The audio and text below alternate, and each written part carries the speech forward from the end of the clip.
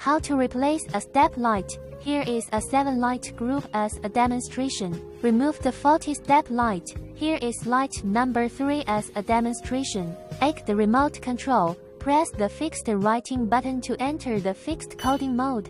The controller's blue indicator lights up. Press number 3 and then OK. The blue indicator turns off. Connect the new step light. The light flashes 3 times to indicate successful coding. Take the remote control, select any of the 6 lighting modes to switch and test. Light number 3 now works normally. How to add more step lights to an already coded group of 7. Here, step light number 8 and number 9 need to be installed. Take the remote control, press the fixed writing button to enter the fixed coding mode. Press number 8, then OK, and immediately connect the new light. The light flashes 3 times to indicate successful coding. Repeat the above operation to connect the light number 9.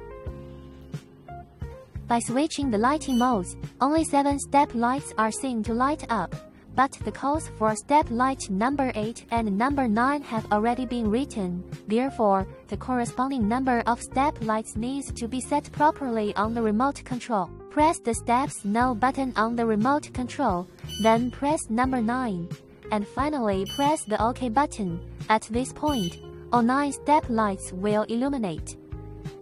If sensor A or B needs to be replaced, simply install a new one and it can be used normally. If the controller needs to be replaced, take the new remote control and reset the corresponding number of steps.